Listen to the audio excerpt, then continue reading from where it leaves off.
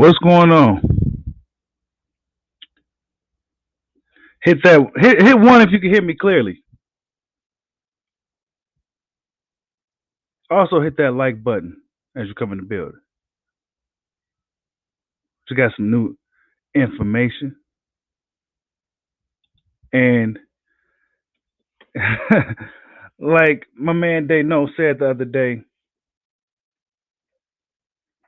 it's funny that when we first heard about Spence, it was due to a sparring session, and now we hearing some other things about a sparring session. So we got to take the good with the bad. Hit that like button.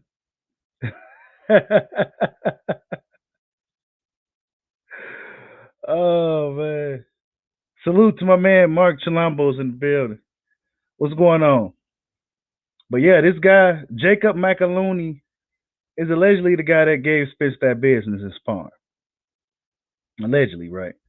Jacob McAlooney, um, Team Crawford also had this guy at camp, and he wasn't a problem at all for them.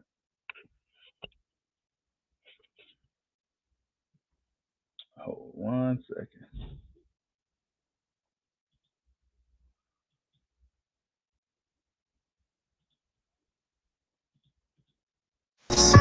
Mainly the competition.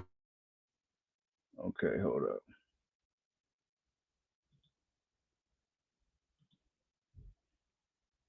That guy. That's the guy that was in camp with both Crawford and Spence to prepare for Pacquiao. And allegedly, he's supposed to be faster than Pacquiao. So, yeah, that guy is the guy that was probably messed up Spence. Messed up Errol Spence, the fight.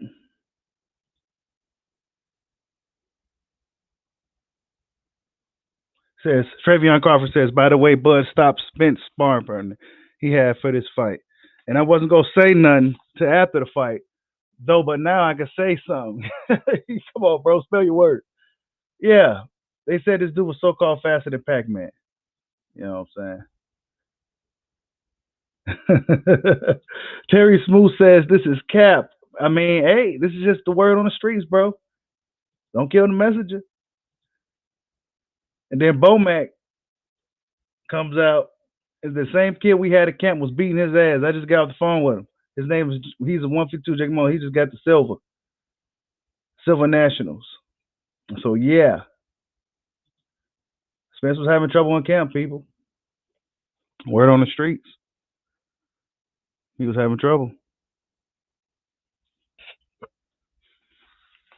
And then he got out of the fight. He got his eye messed up. He just got out of surgery. Pacquiao said that he's looking to fight. He wants to fight Spencer 2022. So yeah, is Spence going to be ready for Pac-Man? Hey, we got to keep that same energy, AJ. I mean, fans was Spence became a star basically off him giving Floyd Mayweather the business and sparring. We got to keep the same energy, bro. This energy is still out in the universe. You know what I'm saying? Yep, this energy is still out in the universe. Yep, that guy.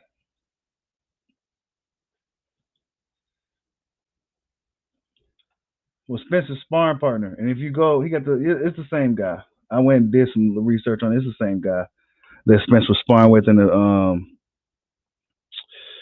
that sparring footage that Spence had. Yep, same guy. And Team Crawford had the same guy in camp with them, and he wasn't a problem. So you got to keep the energy. Oh, so now Bomac is a clown. He should have known better. I mean,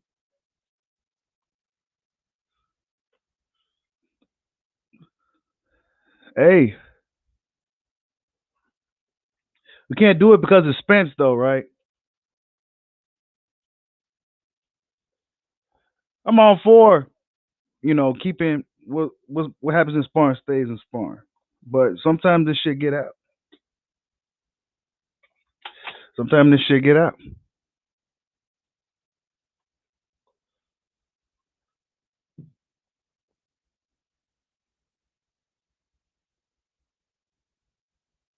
Yeah, karma always comes back, but Errol Spence will be back. Shit like this is gonna motivate him to prove the doubters wrong. So he's gonna come back. But will he be the same guy? A lot of people think he's done, man. Mr. Cheesehead, I see you in the building. Y'all hit that like button for your boy.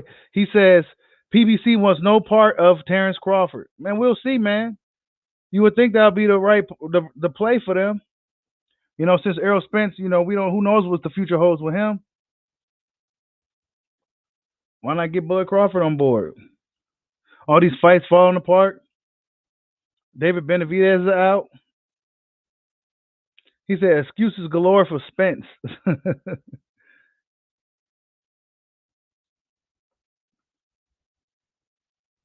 He said, I love the arrow hate. Hate on the only unified champion in the division. Nobody hating on Arrow, man. This is what happened. Bud Crawford handling business with this same guy that Spence is allegedly having a lot of problems with. But I've been knew Crawford was the better fighter and shit like that. I already knew that. I knew that years ago. You just got to see it in the ring. They said this dude was faster than Pacquiao, they say. He's a wrestler. He's actually a wrestler. He's a wrestler, martial artist, and boxer. And I believe he's like 4-2.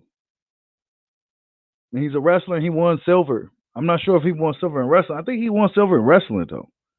But he won the nationals and he won silver. He 152 guy. And yeah. Now he got a little bit of fame, right?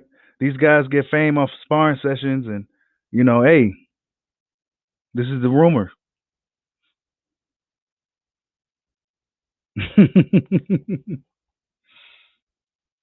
Hey, I hope so too, Humble King.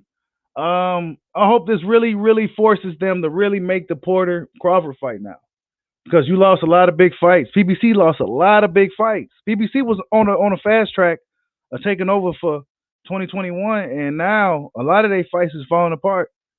So it'll be in their best interest to make the Crawford Porter fight. No bullshit, no games. You know what I'm saying? He said Porter quiet as hell. Yeah, he is. He quiet, man. He's scared, man. He's scared. Every time he closes his eyes now, he see Bud Crawford. Oh my goodness. His heart is racing. His palms are sweaty.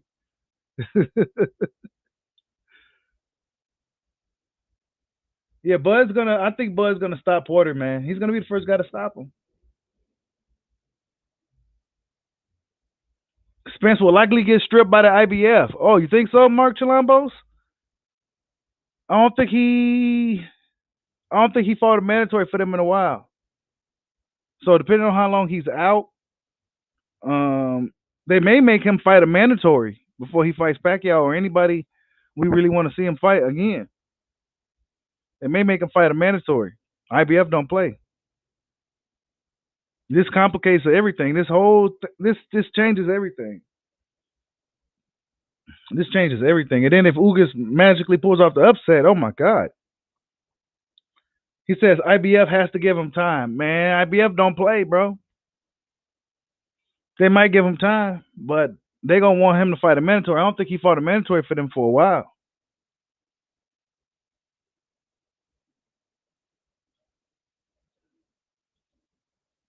He said, no, Bud's KO still stopped like Spence will. Nah, Spence KO stopped probably because he ain't really. I mean, I think Bud KO's improved and he moved up in weight and his KO's improved. That means he moved up in weight. Regardless whether you think his competition is lacking, he's a smaller guy to move up in weight and he's been stopping guys. You know what I'm saying? Spence struggling with former lightweights and junior welterweights, bro. Regardless of how good they are, he should be stopping them dudes. I'm not really for that shit. He should be stopping those dudes. You fighting all these smaller guys, you supposed to stop them. You supposed to stop them.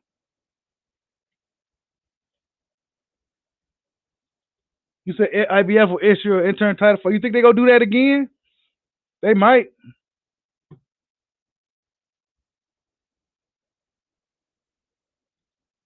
It says it's in their rules, Bushido. They won't strip a champion because of an injury unless it's indefinite. Okay. Well, they gonna have to give him time then, but they gonna want him to fight a mandatory soon. We know IBF is strict. Yeah, Spence didn't drop Mikey, man. He didn't drop Mike. You know, to be honest, a lot of Spence fans go get pretty upset when they hear this, but I'm questioning if Spence is good as they say. I mean, I know he's good, but is he as good as they say? That's why I need to see him fight Bud. Or Pacquiao would have been really good too. But now that's not even happening. But I question that shit. I think certain styles give Errol Spence a lot of problems. I mean, if you check out Derek James, Errol Spence is the clone of him, except he's a southpaw and probably more athleticism, better athlete, but he's exactly the same guy. And I think certain styles will give Errol Spence a lot of fucking problems. And Manny Pacquiao style was probably one of them. I mean, the evidence from the Jacob Maloney guy in sparring with Spence is proof. We seen the footage. He wasn't looking good at all. He was getting styled and profiled on by this guy. That wasn't supposed to be happening, but it was happening, and it happened. Regardless of what he was working on, regardless of what he was doing. Mad Dog Chad Boxing Skills and Sports says Pac Man dodged a bullet. I mean, hey, did he? I don't know. Oh, there we go. Boxer Syndicate. Salute to my man, Boxer Syndicate. He said Bernie said it on his channel last night as well. So yeah, so Team Crawford said, yeah, man, we had that dude at camp and they was bodying this guy. You know what I'm saying? They was bodying this Jacob Maloney guy. Crawford was handling business, beating him up. You know, he's supposed to be the Manny clone, supposed to be a guy that was faster than Manny, but Bud was allegedly whooping on this dude. You know, and Spence having trouble with this dude. Styles, people. Styles. Okay? Styles. It's a style thing. Crawford seems like he has a style that could adapt to any style. Errol Spence style, I don't know. I'm not quite sure. I mean, I think a style that's so unorthodox like Pacquiao's give him a lot of trouble. Whole lot of trouble. Hit that like button for your boy if you're in the building. Another live today. I'm on the road. Yeah, Spence fans get real mad, you know, and if you a fan that's been paying attention over the years, man, they've been on the up and up side of things for a long time, and now they seem very irate, boy. They get so mad at the current landscape and what's going on with their boy. I mean, like your boy Bushido would tell you, him and Crawford should have been fought. None of this probably wouldn't even been happening right now if they had just fought. But nah, y'all want to sit here and play businessmen. You know, play businessmen.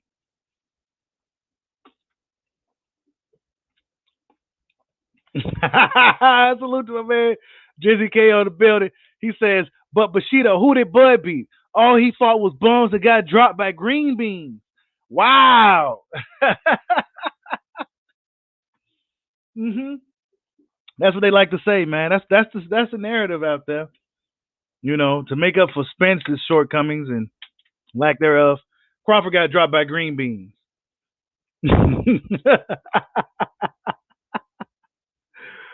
Ah, man, this is funny. I mean, shit. What more could I say? What more could I say? They was beating him up. But he's not really a boxer full time either. He's like a martial artist. He's a he's a wrestler. He's like an MMA guy, so to speak. He's pretty much an MMA guy. But I guess he got some good work. I guess he got some good work, and he gives guys good work. And he's probably a good Pacquiao, a good guy to bring in if you're preparing for a guy like Pacquiao. You know what I'm saying?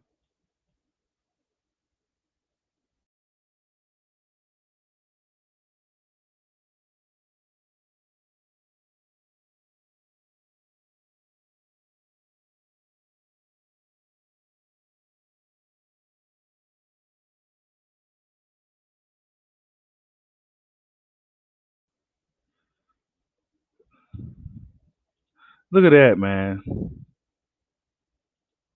Yeah.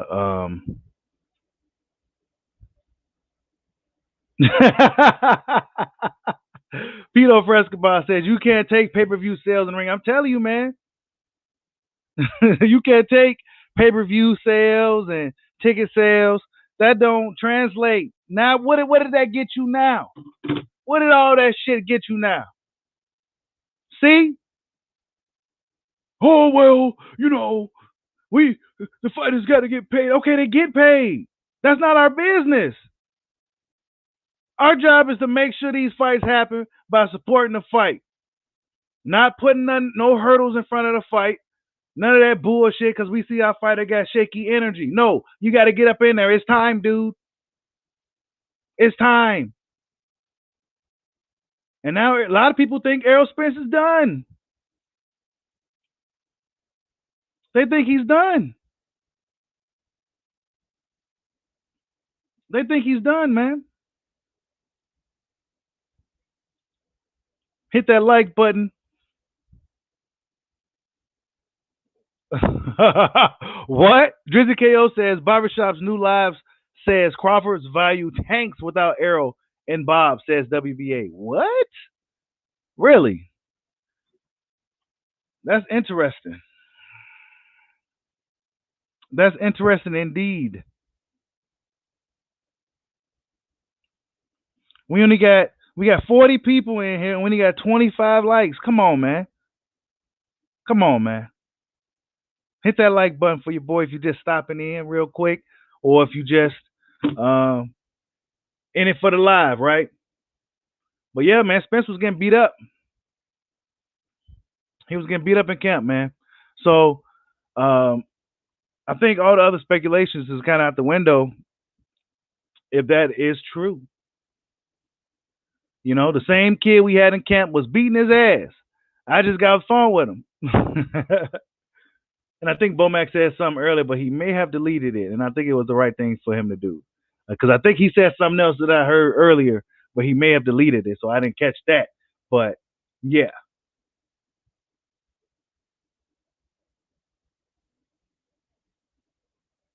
He said Fred got smacked by K. Diddy.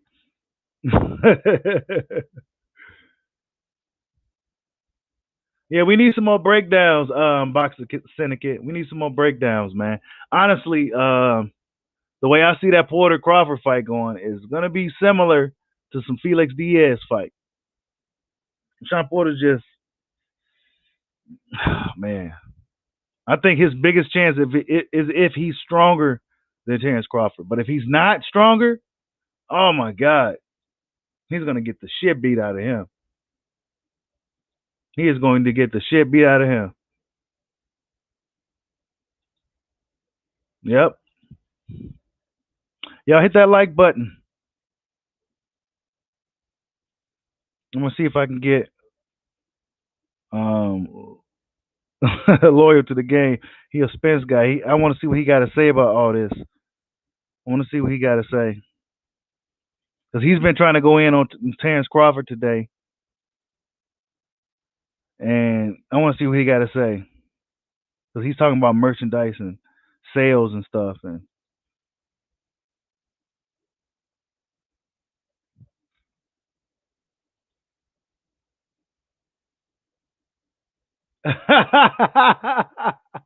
Pito Frescobar says anybody can put on an eye patch with some medical tape to claim an injury. So you don't believe it's real, huh?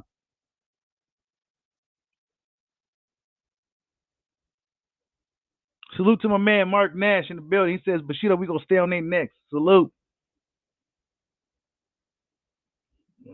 Yeah. Hold up. I'm trying to do something again real quick. He said he don't believe it at all, huh? Yep. See, a lot of people don't believe that Spence really hurt, man. They think he found a way out of the fight. Wow, who would have thought that Spence would be going through something like this? Who would have thought that the big fish? He said anybody who resigns. Terry Smoot says anybody who resigns with Bob Arum is ducking. Oh man, so nobody can resign with Bob. You ducking. Oh man. I mean, tell the big fish he should have took the fight, man. I told y'all. I told y'all. But no, y'all want to be accountants and say Crawford didn't do nothing and all this. You know what I'm saying? Y'all did that, and now you got a lot of people saying Spence ain't gonna be the same no more. He ain't gonna be the same guy no more. This seems like this is a really like with a lot of the PBC fight, they be getting hurt and shit and all types of shit, man. All types of shit be happening.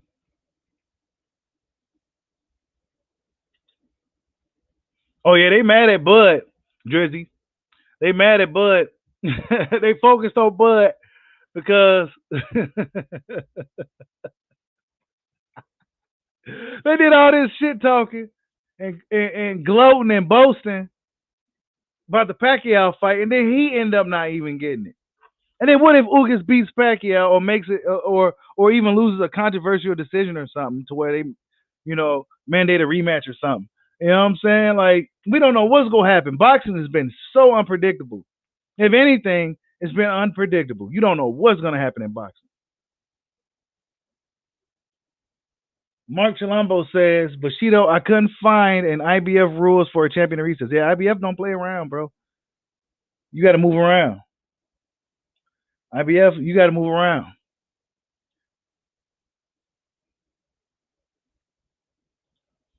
Fito Frescaba says, coincidentally, the news comes out after he admits to having trouble making 147. He saw Pac-Man's speed in them videos and didn't want to go out like Thurman.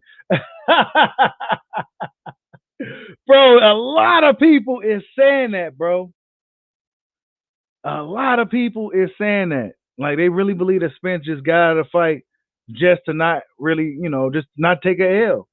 Because he probably was getting whooped on by our boy Jacob here. Our boy Jake. You know what I'm saying? Our boy Jake. He was in there giving Spence the business in camp, man. He needs to go pro. What the fuck?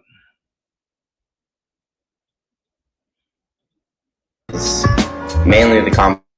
Yep, he was giving Spence the business, man. Spence fans, I mean, hey, this guy was giving Spence the work. That work. They say he's faster than Pac-Man. You know what I'm saying?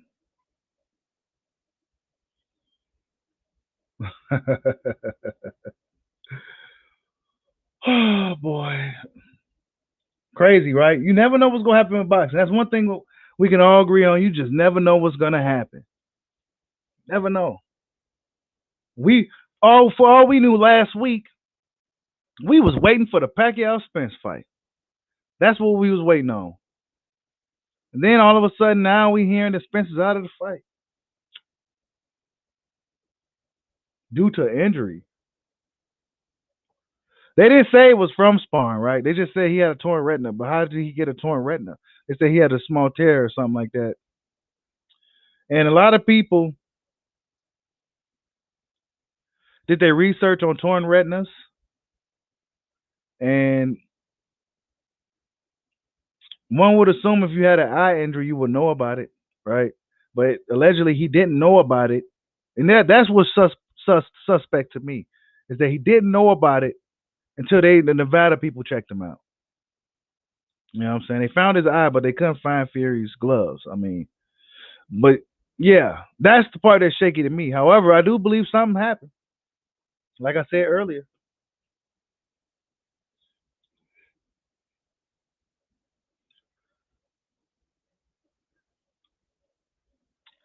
hit that like button for your boy. I see everybody in the building. Comment section starting to go faster and faster, man. I'm gonna have to start getting mods and stuff soon. All right, here we go. All right, here we go. I see you in there, loyal to the game. Definitely got you. Hold up. Yep. This is for loyal to the game. Boxing. Come on in. Give us your thoughts.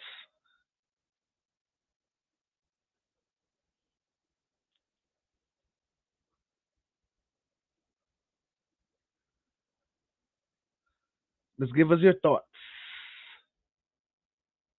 I think Ugas is game though, Mark Chalambos. What's good with your family? Yo, yo, salute to my man, loyal to the game, boxing in the building. What's good with you? What's good with you?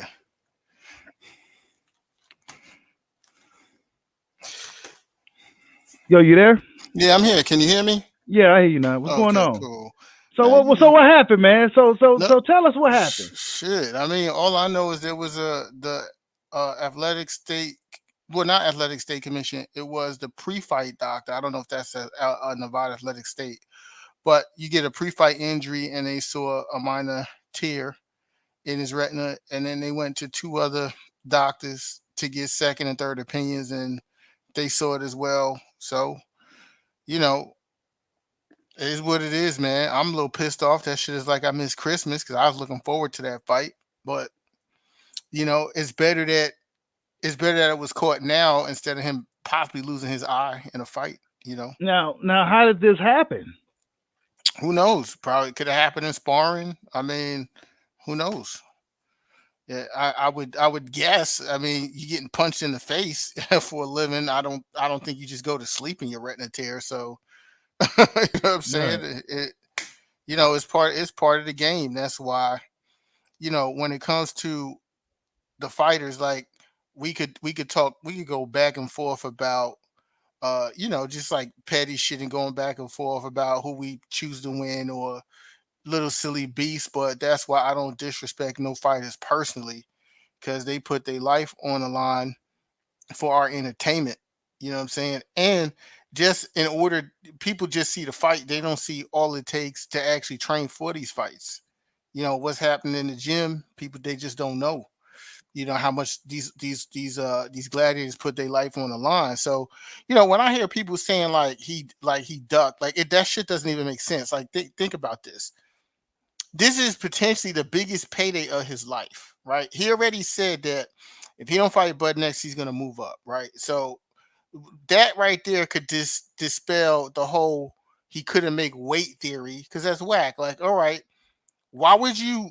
Why would you? I mean, I'm not counting his pockets, but if I was just to take a guesstimation, right, I would guess in this fight he would have probably made at least, after all was said and done, at least $15 million. At the least 15 million, right? So why would you be afraid to lose your belt on the scale or pay a penalty and then say I can't make 154? I mean, that would go 147. That would go so much better with this whole ducking narrative with Crawford, because then he could say, then the people could say, oh, he couldn't make weight and he had to move up. Like we said, he wasn't going to fight Bud. He was just going to go up to 154. Why not take the payday? So yeah, I just think it's kind of stupid when people say stuff like that, like, "Oh, he ducked the fight."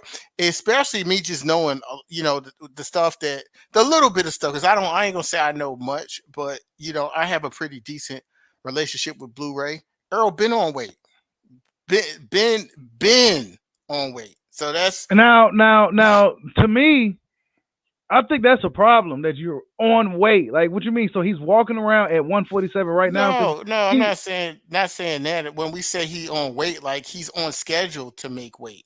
When he Mm, did his interview with Barbershop Conversations, when the fight was just announced, he said he was at 158. That was like almost 2 months out. So like a lot of that weight stuff don't make sense. I mean, it don't make sense to me. I feel he does need to move up. He's been at 147 for a while. It's time for him to move up. The big fights are at 147. The fights that we want to see the most are at 147. So, you know, the boxing public should really give this guy kudos for trying to stick around at that weight class to get the fans the fights they want to see. Boxing Well, is a really, business. the fights the fans want to see is the fight with Terrence Crawford. Right, but Terrence Crawford got to get his business straight. Because if let's just exclude Errol Spence out of the equation for Terrence Crawford, they having a hard time even making a fight with Sean Porter. So, like, let's not act like, oh, the fight we want to see is Earl versus Terrence Crawford. If Earl say I want to fight him, it's just going to happen. Because I mean, it's clear to see that, like right now, before they tried the Porter fight came up, when the first time he was the WBO not mandatory with number one or whatever they wanted to say, uh, Bob Arum came out himself and said ESPN didn't want, it wasn't a big enough fight, and ESPN didn't want to spend no money because they lost too much money with Amir Khan. Let's just be real for a second, right? Because I like to do that. All right, so let's be real. It's reported that Crawford. I'm not pocket watch. I'm just trying to have people make common sense, because the only thing that's absolute in the world is numbers. We measure everything by numbers, Okay. right? So it's reported that Terrence Crawford has one of the best guaranteed purses, and well, I won't say that because other guys have, but let's just say he has a good guaranteed purse in boxing. Let's say 3 or 4.5 million or whatever it is, right? And then he makes pay-per-view money. And then you have Amir Khan come along, and he's paid 5.5 million pounds, where pounds are worth more than American dollars. So it's like $6 million on that. And then whatever pay-per-view back in. And they didn't even report those pay-per-view numbers. They never reported them, to be quite honest. We don't know if it was reported somewhere around 120,000, 125,000. That's the truth. So that's a loss, And I try to explain this to people. I'm trying to explain this to people because I work for Comcast, which owns NBC. So I understand how these big networks look at budgets and money. It's not emotional for these people. They don't care about Terrence Crawford. They don't care about Errol Spence. They care if when they give you the money, it's like the cartel. We give you the money. When it comes back, it needs to be flipped. It can't be a loss, right? And they took a loss. And they've been taking a loss with Terrence Crawford from the beginning. If we can remember, when he got the guaranteed money, they was trying to make him fight on the ESPN Plus app. People were upset that Lomachenko was fighting on ESPN and he was fighting on the ESPN Plus app, right? Part of that money was from them $5 subscriptions for people to get ESPN Plus. Not enough people was getting it. Then we had COVID. They just lost a lot of money, bro. They lost a lot of money. It ain't got nothing to do with Errol Spence. It got to do with what happened over there. What does that got to do with Errol Spence grabbing his nuts and saying, "Let's make this fight"? Listen. What does that got to do with anything? Listen, That's just bullshit. All right. So if we go over just facts and not narratives, the facts are this. Errol Spence has never once said, and you are good at videos and pulling up videos and all this shit. Errol Spence has never once said, I don't want to fight Terrence Crawford. I won't fight Terrence Crawford. He has never once said that. Now, Terrence Crawford has said that, not saying he said that because he's scared of Errol Spence, but he's been in his feelings about negotiations. Now, the thing is, when you sign on a dotted line for anything, any contract, whether it's a boxing contract, a baseball contract, your mortgage, a fucking car note, when you sign on a contract, you are a slave to that contract until it's up. That's what it is. Errol Spence is a slave to that contract too. The point is the contract that he signed, that Errol Spence signed, is bearing more fruit. It's bearing more fruit for him than it is for Crawford. Crawford's contract is hindering him from getting the listen, because Crawford's contract is hindering him from getting the fights. that the How? fights want to see, because first of all, like this is How? so this How bro, did this is Wilder and Fury fight? I'm gonna first But do did Spence okay, couldn't say, "Al, I okay, want to fight Crawford." so after I school you on this, let's not go back to this no more. You Okay, the one the that brought first this business stuff up, man. let's address Wilder Fury, right? Deontay Wilder and Tyson Fury won. Did that happen under Top Rank when No, I Tyson Fury didn't. was on drugs and laying all over the UK and needing to lose weight? Did Bob Arum run over there and say, "Oh, this is a big fight. Let me go sign Tyson Fury"? Absolutely not. When Tyson Fury was signed by Bob Arum, that's when Bob Arum was under pressure from ESPN to get the Spence fight to happen. He was under pressure from ESPN. He took the money from ESPN because HBO got out the boxing business. Top Rank had financial issues. Let's just look at the fucking facts. Bob Arum's son-in-law run it. Someone else's people's financing it to keep it afloat. These promoters do not use their own money. That's the problem. Bob Arum, the reason why they can't make the fights with Terrence Crawford is because they don't want to use their own money. He even came out and said, "I'm not investing my money in this Errol Spence fight with Terrence Crawford and take a hit to my net worth." His job as an old school businessman, an old school Jewish businessman who cares a lot about, as they call it, they shekels and they money, is not to make decisions based on emotion, but how to flip the money. And he knows the game. He either get the money, he gets the money from the network. He get the money from HBO. He get the money from ESPN. When ESPN, What Bob Arum really missing out on is that he's not getting shit. Terrence Crawford's getting paid regardless. He's not getting cut short. He got a guaranteed deal. we're not It's saying that Bob he's getting Arum's cut job. short. It's Bob Arum's mad because he's not getting nothing. He lost money on Tyson Fury and Lomachenko. Do me a favor, Terrell. Highlight this guy, Drew Reed, 8:01 p.m. His comment. I'm gonna respond to that because I like to get all these facts. So I'm gonna respond to that. Here's a fact: Bud fought PBC fighters before while being inside the Top Rank until Spence came around. Now he's on the wrong side of the street. Okay, so let me explain that to you. See, because a lot of you guys roll with narratives, you don't roll with facts, you roll with emotion. These fights, go check the dates on these fights.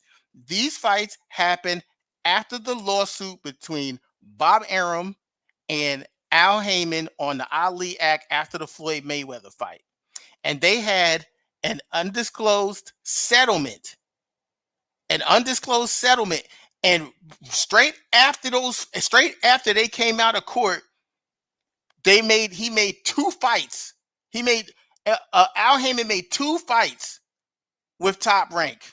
It was probably part of that settlement that they did, because if they was doing business so great after that, and he was just feeding fighters, how come there was name another fight after that? And we're not even talking about with Bud Crawford. We're just talking about PBC and Top Rank, period. Why couldn't he get in contact with Al Heyman after that? Al Heyman settled. He gave up what he was supposed to give up in that settlement and gave Top Rank those fights. They came that the judge, when everyone sees it, when shit goes, if it don't go to trial, the judge gets the parties in the room. They come to some kind of agreement behind closed doors, so they don't waste money on trial, because nobody want to be paying these trial lawyers millions of dollars. They have a settlement, and then they step off. So when you say wrong side of the street, I mean, it's interesting that you don't go back to when the WBC mandated, the same way the WBO is mandating Porter to fight Bud Crawford, when the WBC mandated Timothy Bradley to fight Errol Spence, and that shit didn't happen. And Errol Spence wasn't even a super big name back then, but he was knocking everybody out. And Timothy Bradley was asked about it. He said, "When did we ever do business with PBC?" So this shit has been there's been a long history of this. You know, this is a long history of it. See, I read the comments. I read the comments here, right? And it's funny because all you guys are so. It's funny. It's like a person who's been taught a certain religion since the time they was born. Your parents told you believe in Santa Claus or believe in Jesus, and then you become older and someone shows you that there's another way, and that's kind of false. But you so stuck into what you believe, you can't see nothing outside of that. You know what I'm saying? But it's cool. You know what I'm saying? And Boxing Syndicate is nothing I'm stating as an opinion. The WBC ordered the fight. That's not an opinion. That's a fact. You can look that up. You know what I'm saying? The WBC ordered that fight with Timothy Bradley and Errol Spence. We can pull up video with Timothy Bradley saying when he was asked about it, when did we ever make fights on that side of the street? When did he ever say that? You know, it wasn't the IBF, Freddie G, it was the WBC. Get your facts straight. Okay. But realistically, Errol Spence started all this bullshit when he split up the sides of the street. He started all this shit. If he had said something totally different at that time, we would probably be talking about a rematch right now. So listen. Yeah. When I went down to the Ocampo fight, right? The Ocampo fight was after Lamont Peterson fight. We go back to all the Errol Spence fights, even leading up to Kell Brook, all this. That we just gonna be honest about things, right? I was in the R&R boxing gym the day before the weigh-in. He was doing like one of his last workouts, and I was in there with Derek. And that's when I was cool with IOTBA back then. Right? Yeah, because I'm a real person. I could keep it real. You know what I'm saying? IOTBA ran up on Errol after his workout and said, "Yo, Earl, you need to call out Terrence Crawford after this fight." That's IOTBA's exact words. And this is when IOTBA was super pro Errol Spence, and we all know how super pro Errol Spence he was back then. Mm-hmm. Right? Okay. So Errol Spence looked him in his eye, and this is before the Ocampo, going into the Ocampo fight. He said, "I was promised I'm not going to do that because I'm a real person. It don't make sense because that fight's not happening no time soon. I was promised the winner out of Danny Garcia and Sean Porter." The following fight that he fought after Ocampo was Mikey Garcia. He still and when he said all that stuff after that fight, that's when he walked in the ring and like basically said, "Yo, Sean Porter, we need to fight." That's when he said all that stuff. And that fight still didn't happen next. He wound up fighting Mikey Garcia because Mikey Garcia was the only one with the nuts to step up and take the fight back then. Point blank, period. He could have fought Bud back then. Listen, let me ask you a question, right? Errol Spence never fought on pay-per-view before until he fought Mikey Garcia. This is a fact. Terrence Bud Crawford fought one time on pay-per-view before that, which was Victor Postol, which was an all-time flop. No disrespect. Not his performance. See, this is the but 50,000 pay-per-views from a business standpoint. It was 50,000. It was 50,000, bro. It was 50,000. See, okay, we like to overblow these guys. We're not overblowing it, bro. Everyone knows it was 50,000. 50,000, nah. Yeah, bro. Everyone knows. 50,000. That's it's 50,000. Nah, everyone knows that. Nah, y'all just want to downplay Crawford. No, we not. Go look. It wasn't no 50,000. Bro, it was 50,000, and the reason it was 50, it was, bro, and the reason it was 50,000 is because PBC was putting free fights on CBS and NBC, like Keith Thurman when he was popping against Sean Porter, Keith Thurman versus Danny Garcia, right? So who the fuck knew who Victor Postol was? Who really in the boxing world knew who Bud Crawford was like that to want to just come out and pay a whole bunch of money? No one. Bob Arum put Bud Crawford in a bad situation. And the reason he put him in a bad situation is because he is not looking out for Bud Crawford. He's looking out for himself. He has a war. Let me tell you something. When I had a mentor growing up, I'm from Brooklyn. I had a mentor who was black and was in the music industry. And he was down with those Jewish people, and he used to tell me a lot of stuff. The Jewish people don't want to listen or lose to any black person in business. They see black people as under them in business. They don't see them at the same level. That's why Bob Arum has such a problem with Al Heyman, because to him that's not his equal. Period. It's not his equal. So him losing all these battles to Al Heyman, for him, it's a game of power between the two of them, and the fighter who is Bud Crawford is a pawn. He ain't doing stuff in the best interest of Crawford. See, because the people want to say, okay, well, you against Bud or this or that. Listen, these fighters, you want to say it's the promoters or the fighters or whatever the fighters, the promoters work for the fighters. Well, then why is the promoter signing a check? And when you an employee for somebody, when you the boss of somebody, do you write does your employer write your check or do you write your employer's check? Okay, so that's just bullshit. When we say the promoters work for the fighters, they don't. The promoters are and if that was the case, all of these young Promoters boxers. will have nothing without fighters. Listen, Wait, hey, Quam. What's up? All right, let me ask you a question. Right. All right. So, in your honest opinion, don't be a fan.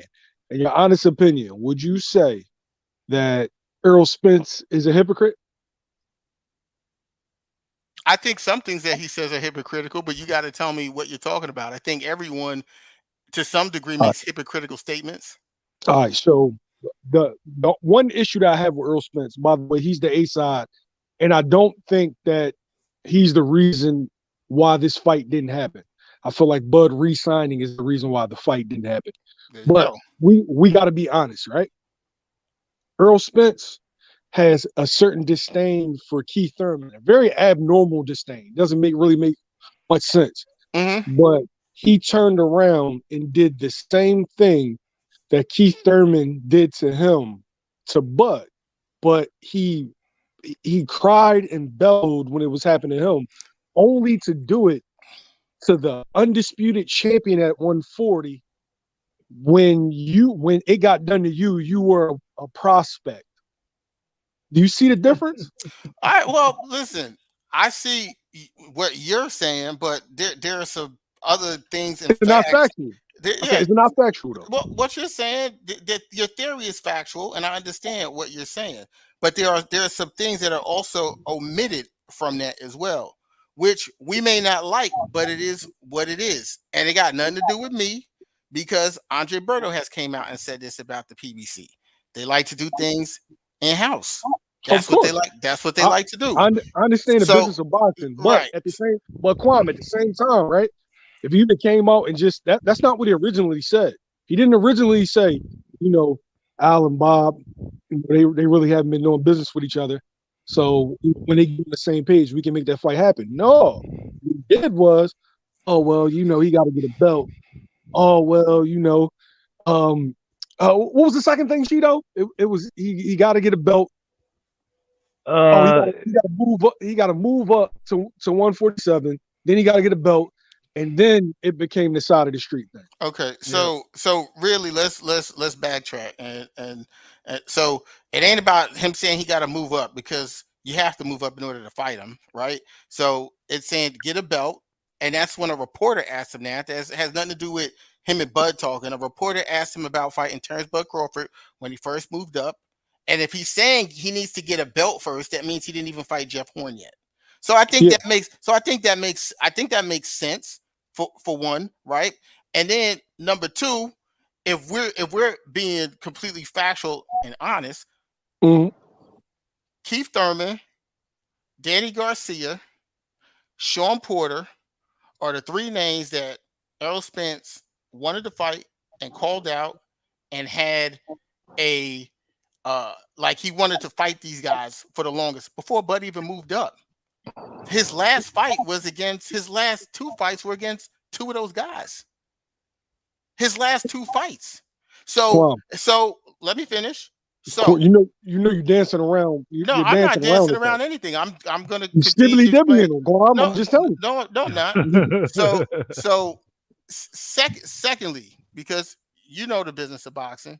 Mm-hmm. When all this stuff, first of all, when all these things happened, the business of boxing was taking a big shift. Eddie Hearn just got the money from DAZN.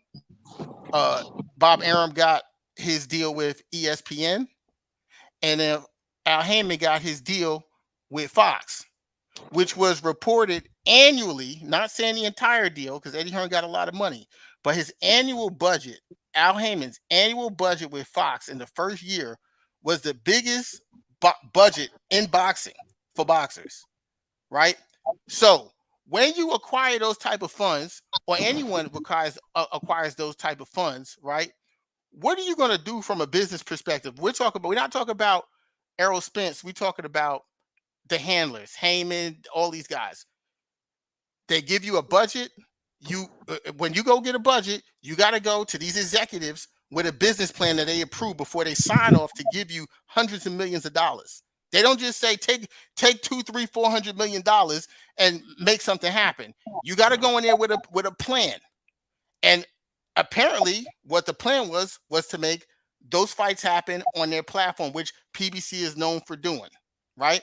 And it was also about having leverage, because the biggest storyline, which was what we were almost going to see, which we may still be able to see, is the undisputed champ from 140 pounds, Terrence Bud Crawford, fighting the biggest, strongest welterweight at that time, because I believe Boots now is the biggest and strongest welterweight, but the biggest, strongest welterweight champion at that time for all of the marbles at the end. Now, the problem is Top Rank didn't have any fighters to fill in that gap to get there. Now, if they wouldn't have, we talking about Arum.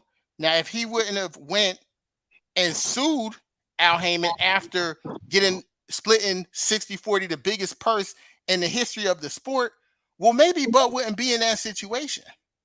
Maybe, what does that have to do with me calling your man's a hypocrite, bro? Like, listen, you can hit me. I said you can hit me with all the business, and I understand that. And mind you, before I said the reason why this fight didn't happen is because of Bud re-signing. But you are responsible for what you say as a man, right? Let's strip out everything. You're responsible for what you say as a man. And whatever you say, you have to stand on that. So when you constantly keep moving the goalposts, you cannot be mad and upset for people pointing that out. What? You can't tell me to get a belt and I'll fight you. My question is what goalpost? My question is, what goalpost is being moved? If I get get a belt and I'll fight you, right? Okay. Then it's, they on the other side of the street. You should have said that from the beginning. Well, is it possible that the fighter in Spence said get a belt and I fight you? And is it possible that they then spoke about what business and what plan they have for him at welterweight? Is he responsible for backtracking? Whatever. As a man, are you responsible for what you say? So yes or no? Of course, you're responsible for what you say. Are you gonna hold that man responsible for what he says? Of course, I'm gonna hold him responsible for what he says. Okay, then anything after that is bullshit. But so, let me ask you a question, right? If you say that, hey, I'm gonna do X, Y, and Z, and then your circumstances change, right? Does that make you a hypocrite? Yes. Okay. Well, then he's a hypocrite then. By your definition, then he's a hypocrite. A hypocrite is somebody that says something and then does something else. Okay. Well, I guess he's a hypocrite. But I think it's hilarious to say that when the guys that he's fighting are the same guys he was trying to fight before Crawford even moved up. It's the same exact guys. It's not even like this. It's not even like there's some type of gap in between it. It's the same guys. So and then on top of it, then we have COVID happening that slowed down boxing. Then we have a accident happening, which it's unfortunate that happened, but luckily it happened during COVID. So that kind of helped with the situation of him not pulling Keith Thurman. Now the difference, and I see what you're saying, because you're saying, okay, as a man with Keith Thurman, but the difference with Keith Thurman was there were no promotional issues. They fought on the same networks. But Spence still don't want to fight Keith though. Well, yeah, but that's new. Like if we're talking facts, Shooter, you followed it. Keith Thurman wanted nothing to do with Errol Spence. We all know wait. Did Sean Porter and Danny want something to do with Errol Spence? None of those guys wanted anything to do with him back then. Okay, so why is his energy like that towards Keith and not towards the other two? Because Keith Thurman had both belts. Keith Thurman was the WBC and WBA champion. And then Sean Porter got the belt. And then Sean Porter initially didn't want nothing to do with Earl. Do you remember? Right. But the fight happened. Why is the energy different? But no, the energy is not different because the fight happened one fight after they got in the ring. He got in the ring and said that. So once he got the belt. the fight happened because Earl wanted the fight to happen. Keith wants the fight to happen, but Earl doesn't want it. Keith doesn't have, but Keith don't have a belt anymore. There's a difference. He don't have a belt anymore. Do you feel like if Keith gets a belt, then Earl will fight him? Because this is the same dude that said belts don't feed the family, right? I don't know if he will, and I'm not a fan of him not fighting him. When you initially asked me in the beginning if you believe Errol Spence is a hypocrite in the beginning or things he do is hypocritical, I said some things are. And the main thing for me is him not wanting to fight Keith Thurman.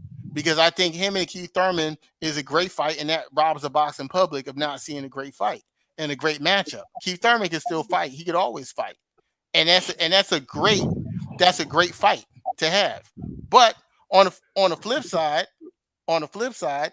when it was time for them to fight, and I'm not condoning Errol's actions because I want them to fight, right? But on the flip side, when everything was there, bro, they were trying to force the fight to happen. If we can remember, they would get on Showtime. Brian Custer had both of them up there and try to get Keith Thurman to say we'll fight. He would never say it. They did it twice. They did it with Wilder, and Tank was up there. They did it with somebody else was up there with them.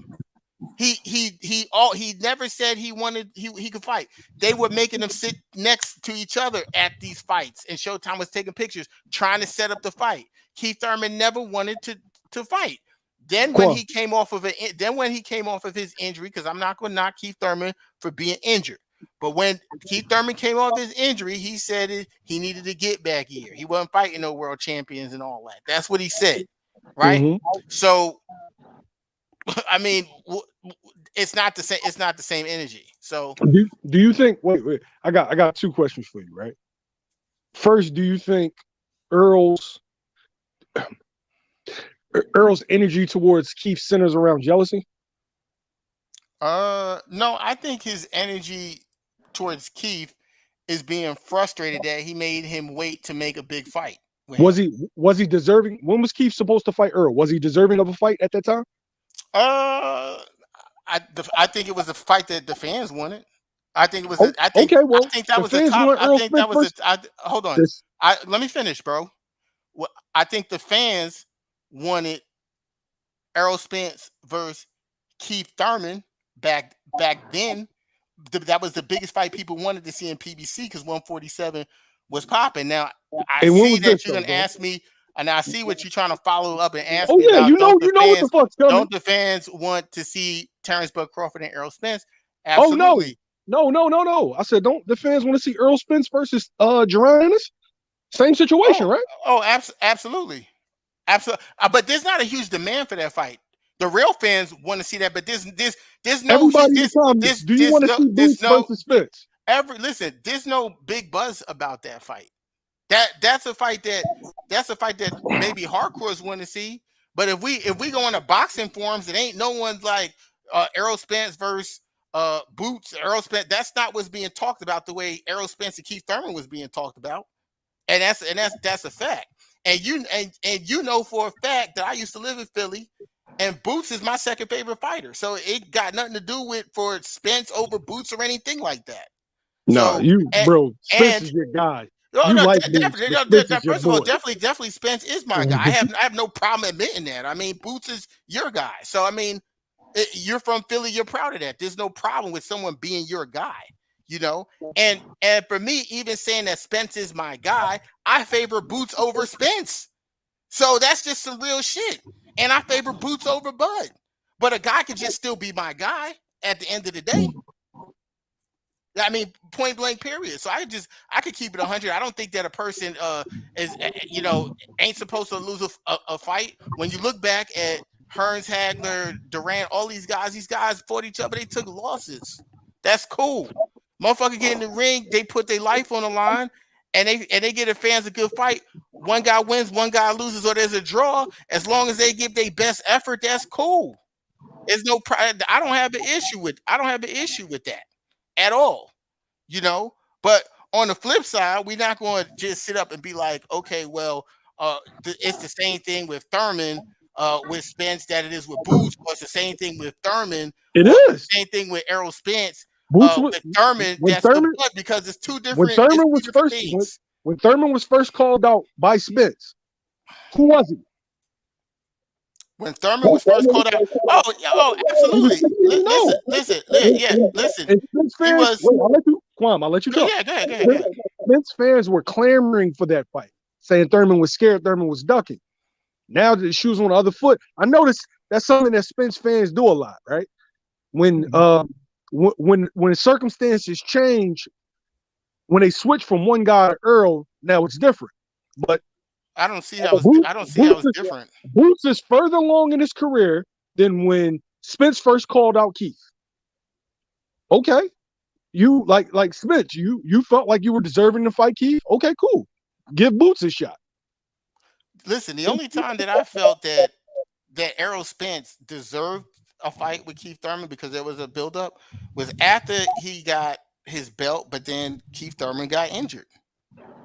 And a lot of Spence fans said the injury was fake. Right. And fast forward a couple years. Now y'all on the other side of that. Now people are saying that his injury is fake. But look, see how that works? Right. What you give out into the universe comes back to you. Energy is neither created nor destroyed. It is only transferred from one object to the next. Listen, I could live with that. That's cool. All I'm saying is that on the flip side of it, when Spence had an injury that we knew was a life-threatening injury, he was a warrior and a man enough to come back and fight who he was within 14 months of almost dying. He came back in 14 months and beat a top 5 welterweight where Keith Thurman, who had some bone spurs cleaned out of his elbow, right? Stayed out for 22 months, got married, said he needed get back fights and all of that, right? Okay. So if I'm going to give one, and here's the thing, if I'm going to give one person grief over something, I'm going to give the other person grief over the same thing. Now, the issue is with Jerron Boots Ennis now is we all know how the business of boxing works, right? If Ennis can continue to make 147 and Spence moves up, they're going to make him the cash cow 147 because he's by far, to me, he's the best. He's the youngest and the best talent at 147. And if Spence could somehow keep his health together and a whole bunch of other shit together, I always said there'd be a super fight with those guys at 154 pounds. And that's the fight I would love to see. But again, on the flip side, when it comes to Terrence Crawford and Errol Spence, it ain't the same situation with Keith Thurman. Now you could say as a man, okay, I'll roll with that. But as a man, is not what make fights. It's a business. As a man, don't make fights. And so you pick it. So when you want to use business logic. No, that's not what I'm doing because listen, I can stand up to the heat because I'm on my square. So as I'm saying, as a man, don't make fights. So again, with Keith Thurman, right? There's no promoter there's no bad beef between business people. There's no joint ventures you got to do with ESPN with pay-per-view numbers for someone who had 50,000 pay-per-views and then 150,000. None of this exists. With Keith Thurman and Errol Spence, that could have been both of their first pay-per-view fight.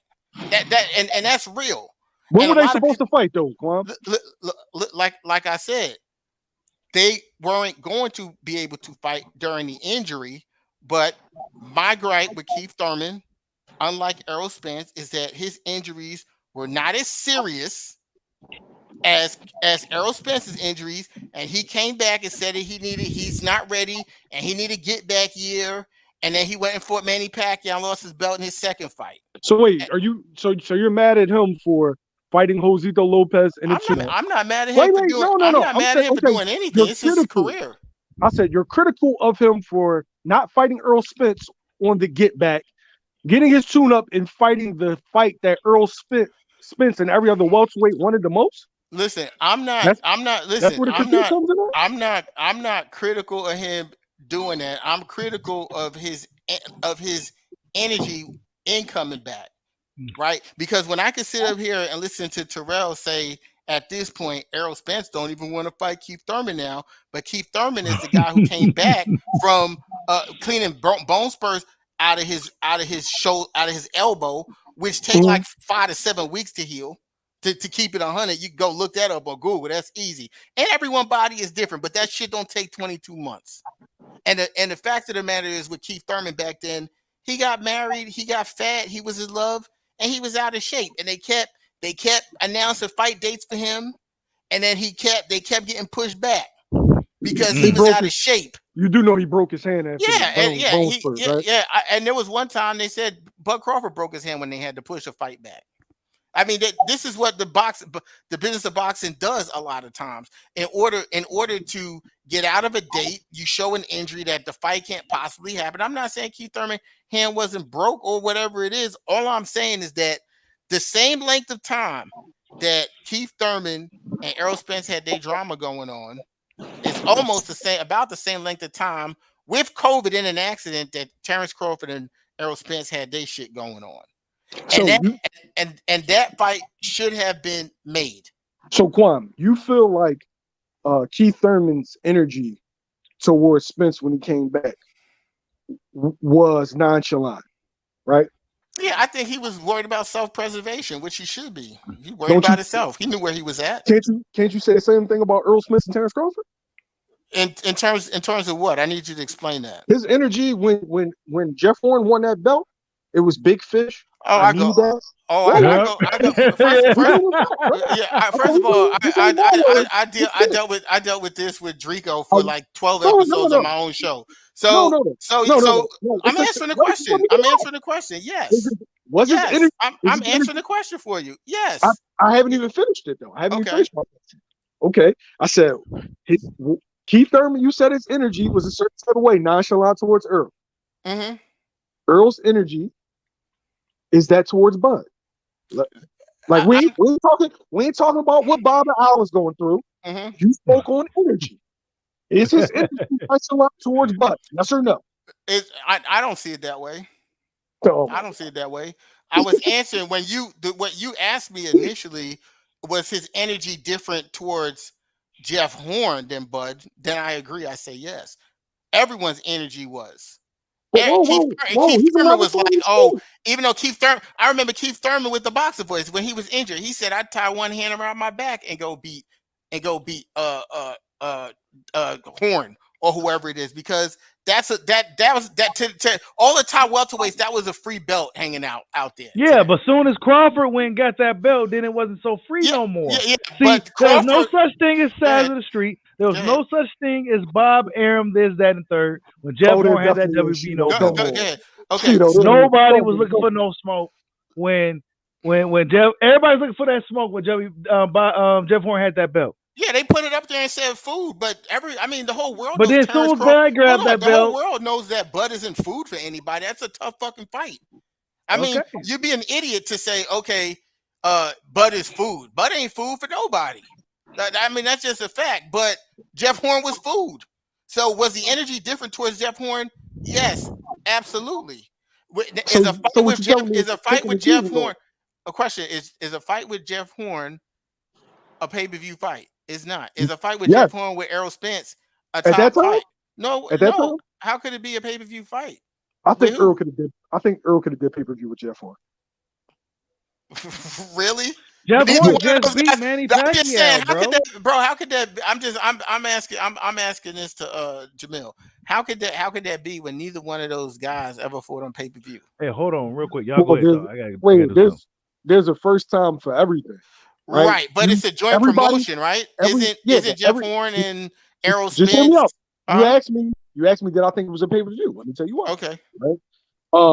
For a lot of things that people can say about Earl has a cult-like fan base, and Earl has attached itself to the most delusional, idiotic fan base in sports. The Cowboys. Fan base in sports. I mean, these dudes are horrible. The Dallas Cowboys. Add that with the kind of love that Jeff Horn was getting from Australia, I think that they could have pulled off a pay-per-view. But here's a question. Here's a question. Go ahead, finish. Earl is a guy that you got to go watch. He's going to bring the fight. Him and Kell Brook was a pay-per-view. Technically, if you want to be honest. In the UK, it was a pay-per-view. So that was technically his first pay-per-view. But go ahead. Okay, so here's the issue. Why maybe see? I think that the difference how we're talking about pay-per-view, because you just spoke on Errol Spence and Kell Brook being a pay-per-view, which that was a pay-per-view fight. So in terms of it being, in terms of a fight being pay-per-view and the action, yeah, I would have paid to see that. That was a pay-per-view worthy fight where people could have paid for that. But the fact of the matter is with Jeff Horn is that it would have had to be a joint promotion, number one. And everyone and their mama at that time knew that Errol Spence was a machine and was on a huge knockout streak. And was Bob Arum going to just go give up the WBO belt to Al? Was he going to? No, Al Heyman already had 3 belts. The other 3 you- belts, he going to just No, go sell a belt? You actually could it have been a pay-per-view from the fan standpoint? Like, could it have drawn enough fans to be a pay-per-view? Not that would that have been a fight that they would have made. It's two different things. Like, my point is, again, my point is, would it have been a pay-per-view worthy fight? Possibly, because Errol would have knocked him out. But from a business standpoint, it wasn't a pay-per-view fight for a lot of different reasons. And I guess that's the issue with myself.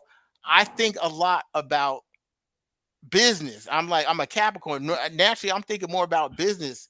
Yeah, Errol is my guy, but again, I look at sports not as entertainment, whether it's boxing, whether it's football, baseball, basketball, because I know sports is fixed.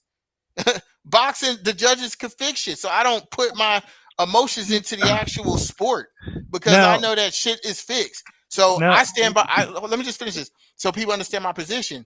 I stand behind the actual fighters because without the fighters, there is no sport. Number one. I mean, you can say this boxing, just put a ring there, but if you ain't got the fighters in there, then there's no boxing. So I stand behind the guys who put themselves through the pain and agony and put their lives on the line for the fans' entertainment. And then number two, for me, I'm in the business. So I appreciate seeing a black man like Al Heyman getting into the boxing business. Hold up. Somebody just said something. Is this a mirrored image? Because Spence was supposed to have his left eye got injured, but his right eye is covered. I said the same thing. I said the same thing when I saw the pic. Yeah. Hold up. I thought it was his left. I thought it was his left eye. So what's really going on? No, if it's on like Snapchat, see, Snapchat has a mirrored image, right? So if whatever he did it on is like Snapchat, then yes.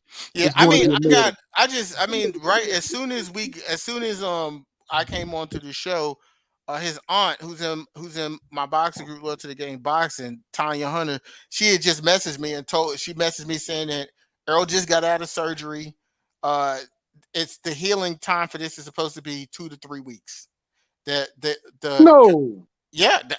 reading the message. I'm reading the message right here. I got it right here in front of my What are your thoughts on that, YSM? Now, for me, the torn retina, it seems it should be a little bit more severe than just that. Well, it wasn't a detached retina. It was a slight tear. Wait, Quan, I got it. All right. So, from what I was told, a torn retina is like pre-detached retina. Mm-hmm. So if a torn retina isn't surgically repaired, then it could turn into a detached retina. Detached retina is much worse. Torn, they said more than likely it was from the glove scraping, like the tape, or like in sparring with the just the glove brushing against the eye. That's how torn retinas happen. Okay. It goes from like the 2 to 3 weeks thing. That's very, very optimistic. They're talking about up to 6 months because everybody's body heals different, and we don't know how big the tear was. Right. I'm just reading what his aunt sent to me. Yeah, I don't know what it is. I want to get Quam's thoughts on this because this is going to be a very interesting dynamic. All right. So when's the last time Earl defended his belt?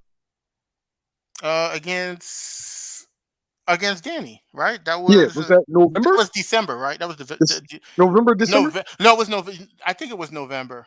I think you're right. I think it's November. It's November, Okay. December, but I think it got pushed to December 5th. It was originally in November, and it got pushed to December. Now, we know how the IBF is. The IBF is very strict in matters of defending your belt. Earl will not be back in time to defend his belt in November. We all know this. So, will the IBF strip him and then have Abdul Kakarov fight Boots for the vacant? And we all know Boots is going to wash Abdul Kakarov. Is Spence going to have that same energy now that Boots has a belt? I'm keeping 100. I don't think Spencer's going to have the same energy for Boots. and I Okay, keep cool. it, and I keep because those are both my guys, and I keep it 100. I don't think he's scared of Boots, but I don't think that's a fight he want to take right now, especially like Boots is younger, even though he's even physically bigger than Spence. Because of his habits, I feel like he would be stronger and healthier at 147. I had said that when I saw him dismantle, and people try to take credit away from Lipnitz, but that performance was a hell of a performance. I said to myself, I don't want to see Earl Spence fight Boots at 147. He need to go up to 154 and have him fight at 54. And Boots is going to be even stronger there.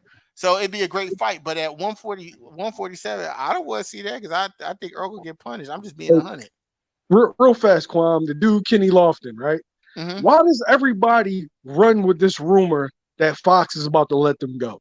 Like a lot of times, some bullshit outlet will put out something, That was and Rick everybody Glazer. will run it.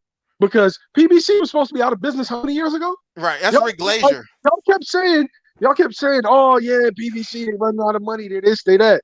Then they get the Fox deal, and Fox is going to re-up with them. They're trying to use Canelo to get the deal. No, bro. Fox is very happy. Fox is very happy with the viewership they are getting from PBC fights. They draw no less than 1 million viewers for cards that don't really cost that much because Al is putting one solid fighter against a turkey. Right. And then on the flip side, right? Then on the flip side, there's two things. Like, if you're a fan of boxing, why do you want to even see maybe a stable that has some of the best fighters in the world not have a place to fight? And then secondly, Steven Espinosa and Showtime is waiting in the wings if something like that happens. They couldn't wait to get back, with Heyman and the PBC. So I mean, they made plenty of money with Al Heyman and Floyd in the past. Deontay Wilder still fights there, so I don't see why that's even like something that people really even want to comment on. And the only person who ever really makes a comment on that is Rick Glazer, and he's always saying some bullshit against Al Heyman, which is never true. But people don't even understand that that Rick has beef with Al Heyman because of something personal. Oh, like they don't even understand what it's behind. They just taking what he's saying for face value. No, but he has that axe to grind because he feel like he didn't get his just due from Al Heyman for he set up the Vernon Forrest versus Shane Mosley fight, and we all know that Vernon Forrest was Al Heyman's first fighter, and Al Heyman thanked everybody but Rick Glazer. Rick Glazer felt some type of way about that, and if you can go and ask Rick, that's the story. That came straight from Rick's mouth. But in regards to like Fox and ESPN, the only reason why Bob Arum even has a contract at ESPN is because of the lawsuit with Al Heyman. People don't even know it. People don't even know that Al Heyman had a non-compete. Remember when he was buying slots from ESPN, when he was purchasing slots on the network. Yep. But because of that lawsuit, right, they settled on which the non-compete would be off of ESPN, and that's how Bob got with ESPN after leaving HBO. You can actually look that up. Well, now let me change lanes real quick. Is Errol Spence going to be the same fighter? No. We won't know. We won't know until we see. We won't know. We won't know. So I'm hoping he's the same fighter, but we won't know until he gets in the ring. This could really affect him. Yeah, it can. It You know what I'm can, saying? and I'm happy that it was caught, and he ain't lose his eye in the ring. So Yeah. at the end of the day, no matter if I pick one fighter over another fighter, if I'm pro Spence, and I'm really not anti Bud, to be honest. I'm anti Bud's fans and they people because they just have no respect. They are But horrible. for me I to know for me to they sit, are horrible. but to be honest, and what's crazy is that Bushido boxing is like one of the most known on social media diehard Bud fans, and him and I get along just perfectly because he's just a respectful person. So we could get on and have a debate, and it's not like, oh, your mother this, or some crazy dumb shit that is on, or some violence or something like that. So if you're a fan of boxing, it's hard not to be to be a fan of what Bud Crawford can do in the ring. It's very hard to not be a fan of that. But on a on the flip side, I just don't want to see him beat Errol Spence, or I don't want to see him beat Boots Ennis. That's it. He can beat everybody else. I don't care. Boxing Fans, Syndicate says that Bud fans don't know nothing about business, internet business.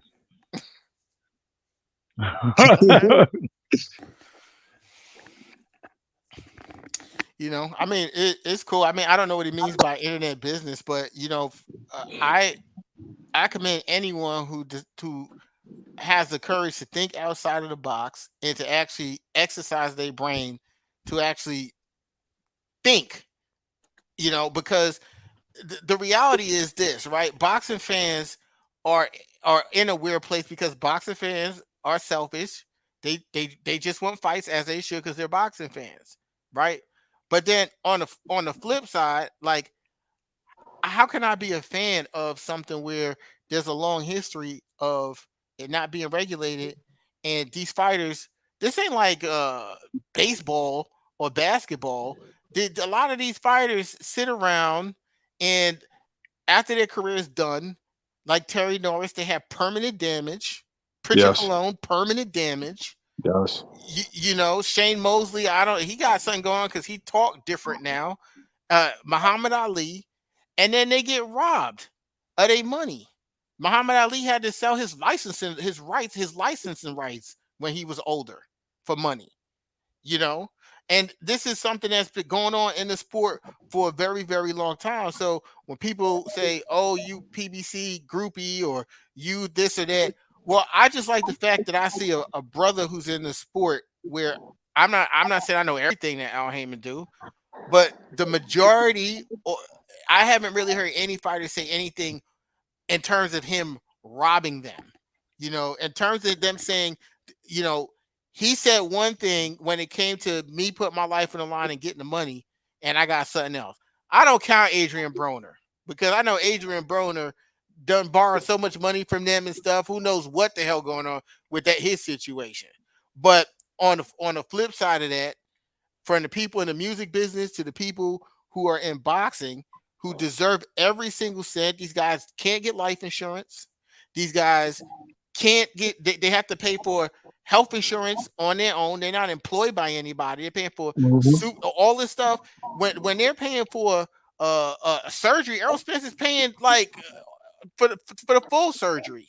Like America's surgery, 300,000, 200,000. Who knows what these surgeries cost?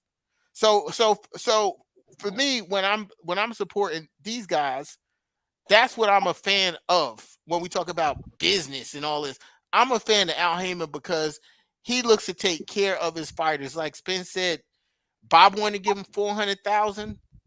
Uh, Heyman wanted to give him a $2,000 a month stipend, and now he's in a better situation now than he was then.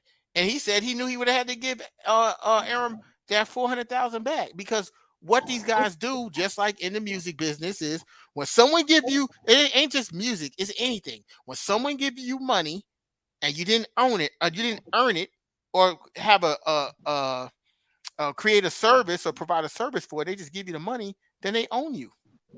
Yeah. Well, you like that non recoupable? You like that non recoupable, Fred? Yeah, man. I'm All right. like, So for me though, I am biased in a sense. Well, first, all these promoters have a place in boxing because all of them do a great job, and they wouldn't be where they are if they didn't.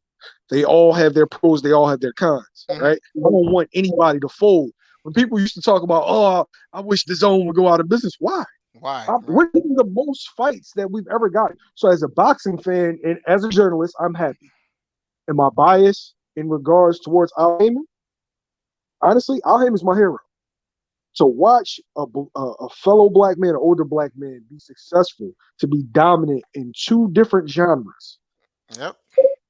With what black people face in this country, it just makes me smile. That's commendable, and I feel like you got to commend them for turning a sport where the guys that we love, that we're supposed to love, where they it frustrates me, but where they get pimped out and then, like you said, end up injured, broke.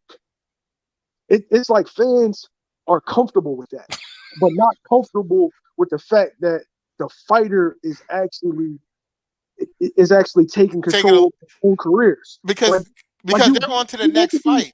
That's why you shaking in in GoFundMe when he dies, and handshaking and not remembering and slurring his words. That's cool. That's real boxing. But a guy who turns down a fight because market value is 10, but you're offering him 6, he's wrong. He's scared. He's a ducker. What is that? Right. I think so. I'm reading some of these comments. It's just funny. Like this guy Lee Adams says, Al Heyman is a horrific businessman. I mean, that's interesting. So a guy who brokered a $250 million 6-fight deal is a horrible businessman. I mean, sometimes you got to say stuff that makes sense. That doesn't make sense. Man, just say maybe you don't like the PBC model, and I think that's another thing. And you have brought that to light one time on Facebook, Jamil. But people don't understand what PBC actually is. They think it's a promotion because it's a TV show. PBC is a TV show. It's a TV show. And what Al Heyman did was he took the entertainment business model, he signed all these guys, became their managers, and then he's treating the fighters as actors and casting them on his show. That's what a lot of people don't understand what the actual business model is. And business is not emotional.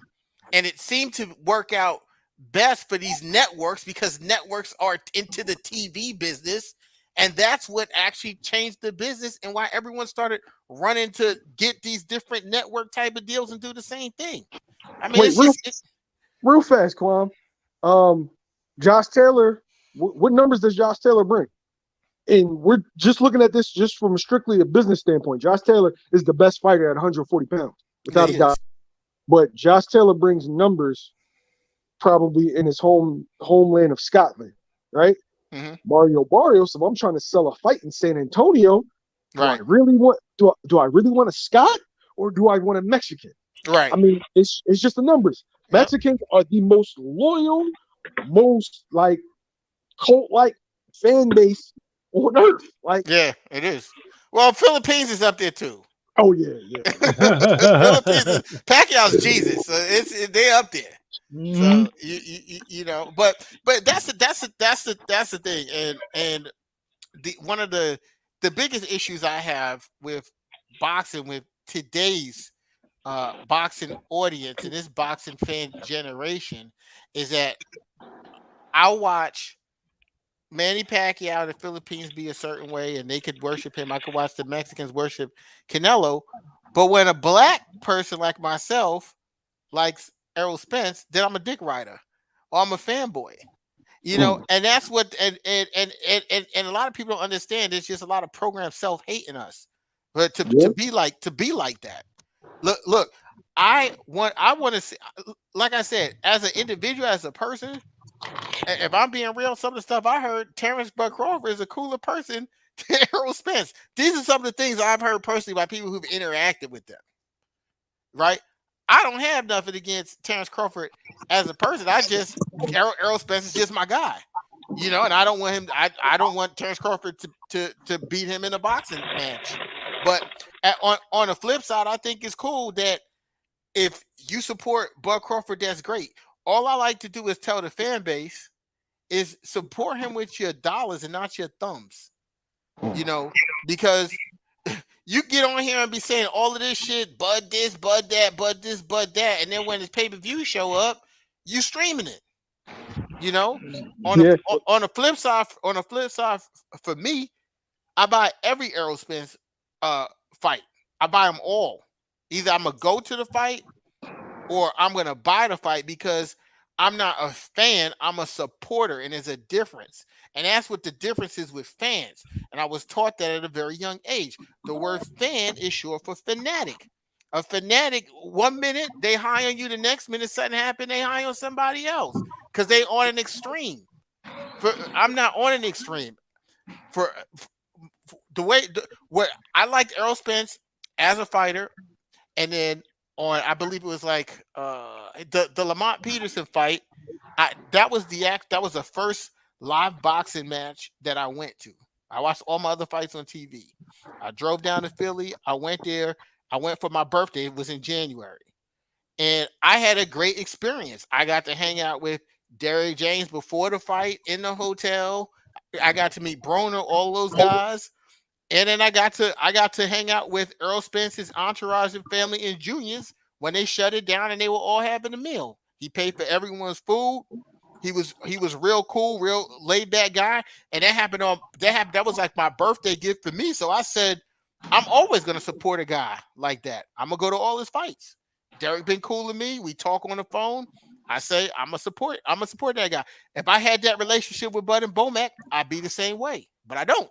I got it with Earl Spence. Hey, Kwame, can I get this because I'm about to go? Sure. I see that I'm looking at the comments, right? First, let me say this. Terrence Crawford will beat Errol Spence, right? I feel like Terrence Crawford will stop Errol Spence. But Errol Spence is not the reason why the fight didn't happen. Errol Spence is the A side. It's clear by viewership, attendance, pay-per-view buys. He's the A side, right? And I believe that the only way this fight will happen is if Bud crosses over and signs with Al Heyman. Now, everybody says they don't like the PBC model.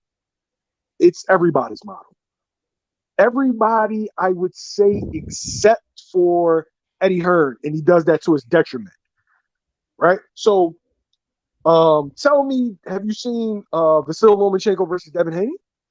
No, right. Bob told you that he signed with the wrong promoter. See, a lot fans want to overlook certain things because they have like this, like they're trained to, Al Heyman is double towards boxing because he gives the fighters power that they never had before. He turns fighters into bosses in the sense of where they promote their own fights. But we haven't seen Teofimo Lopez versus Devin Haney. Shit, have we seen Artur Beterbiev versus Dimitri Bivol? Did we get that fight? Oh, wait. Eddie Hearn. Did we get Demetrius Andre versus Triple G? Did we get Andre versus Canelo? No. Did we get Andre versus Jacobs? No. See, a lot of times fans just want to point one way. This happens in boxing.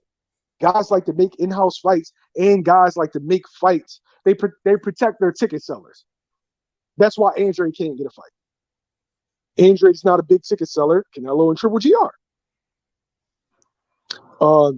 Ain't no point of you giving Devin Haney two of your best fighters when he's going to go ahead with Eddie and then become a star. You're only going to give a dude like Vasyl Lomachenko up to somebody that's in your stable because that's good for business. So stop just thinking it's an Al thing. It's a boxing thing. If you're upset with boxing, be my guest because boxing does be on some bullshit. But stop just pointing at one guy, yo. Right. But that's when they say, oh, these guys aren't a fan of boxing. They're a fan of a promoter or this, that, or the other. And all we're saying is that if boxing had a model like the UFC, it'd be perfect because all the top guys will fight each other. But the business itself is just effed up. It's not regulated. There's too many palms being greased. There's too many different entities. You got promoters, you got managers, you got sanctioning bodies, you got state commissions. It's just too much. It's too much. It should just be rankings. The best guy fights the best guy. The best guy fights the best guy. And then, and people would have more respect for wins and losses. Right now, people don't have. Floyd kind of messed that up because he sold us the undefeated gimmick. People, you know what I'm saying? But there's respect, there's nobility in losing. When Sean Porter lost to Errol Spence, I have more respect for him after that loss than any fight that I ever see. Even the fights he won, I have more respect for him in that fight. So these guys are warriors. They go out there, they put their life on the line for us. And it is what it is. But I salute all the fighters as fighters. Yeah, absolutely. But yeah, man. At the end of the day, I felt that the fight should have happened when the iron was hot. They should have put that bid. There should never been none of this. And now it may never happen. It may never be the same. But thank you for stopping in, man. My man Loyal to the Game. Y'all go subscribe to his YouTube channel. Go subscribe to his Facebook group. Go join the Facebook group. And yeah, man, thank you for stopping in, man. Appreciate your time, bro. I always appreciate you. Thanks so much. I appreciate your time as well. Salute to the chat. Yep. And thank you all for stopping in. Hit that like button for your boy, and peace out.